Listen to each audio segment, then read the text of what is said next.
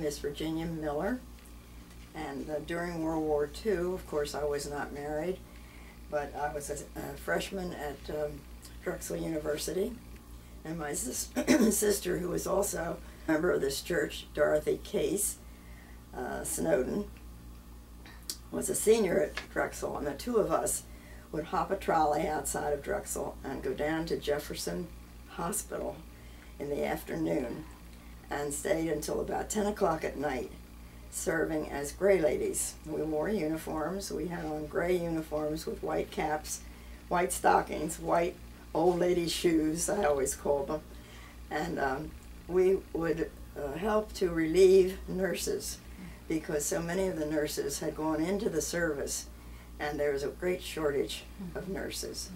So my job was that I took TPRs, which is temperature, pulse, and respiration, and recorded in the books. And also I answered calls. And if there was something I couldn't handle, then I would get a nurse. We'd be there till about 10 o'clock and then catch a train and go home. I lectured at Radnor to a group of people who wanted to know how to use their rationing books. We were rationed on sugar and hosiery, on any number of things. Gas. Our cars had stickers on the windshield telling the gas attendants, then the gas attendant waited on you. And we had an A sticker on our family's car, which said it was the lowest amount of gas that anybody could get. Anyone who worked in companies that were dependent upon the war or served the war, then they got more gas if they had to use their cars. So we had a sticker on the car, and then I had the ration books, and I would lecture to people, telling them, explaining to them how to use their stamps wisely so they didn't run out of food. And of course, sugar was one of the greatest things that we were short of. Every now and then we would hear that there were nylons available, and everybody would run to try to get a pair of nylons, and you'd only get one pair, and they weren't the very best quality of nylon, but it was so hard to find stockings to wear at that time. Women didn't wear pants then, so we were dependent on that.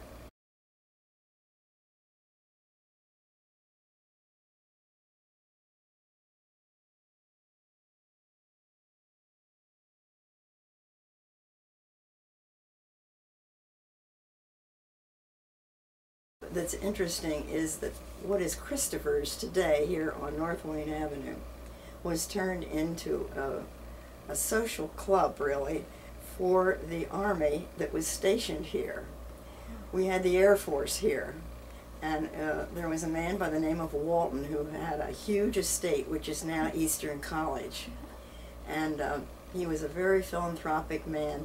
He gave up his home so that the Army could use his home, and he moved into small quarters. He was a wonderful man. And so the Air Force moved in, and we had men all over the town of Wayne. So Christopher's, it wasn't Christopher's then, of course. I think it was a gift shop then, but they turned that into a social club. So Sundays, the boys, when they had free time, could come over there and dance and have cookies and refreshments and meet girls and so forth. And in fact, I dated one quite seriously, and he was shipped out to the, from here he was shipped up to Yale for engineering, and then he was shipped out to the West Coast to go to the Japanese part of the war. He came back, but he was never just right. His nerves were so frayed from all he saw, the atrocities that he saw. It took him a long time to get back to normal living. Well, first of all, my father was a warden, and he would go out at night up and down the streets of where we lived to be sure that the houses were all blacked out. We had to put shades up at our houses, which were white on the inside and black on the outside.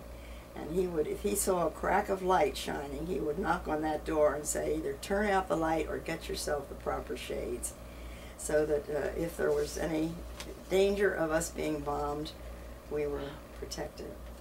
And then down at the shore, it was eerie to walk on the boardwalk. We went down to Ocean City, and the lamps along the shore side of the boardwalk were all blacked out except for one little streak, which was white that shined inland so that we could see where we were walking, but it was very, very eerie. And the shops were open, but they were blacked out. So it was an eerie walk to be down there. Then if you went on the beach, many, many times there was oil on the beach that had been washed up. Now, they told us that way out in the ocean we couldn't see it, but evidently ships had been sunk or bombed, and the oil from the ships would eventually be taken by the tide up to the beaches. And we would walk on the beaches, and the oil was just all in clumps, and if you got it on your feet, it was not pleasant. So I think that's about all.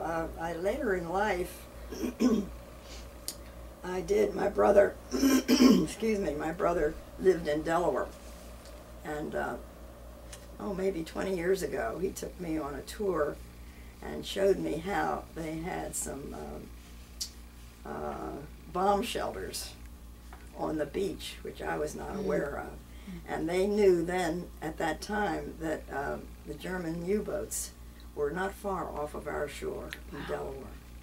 So it was a scary time, but it was a good time too, because our country came together completely. We really worked together to try to make for peace. It's something you really don't see too much of today. But then everybody was out for peace, and the people who had servicemen in the service, parents would hang a flag in their window with a star on it. If it was a gold star, it meant he had been killed.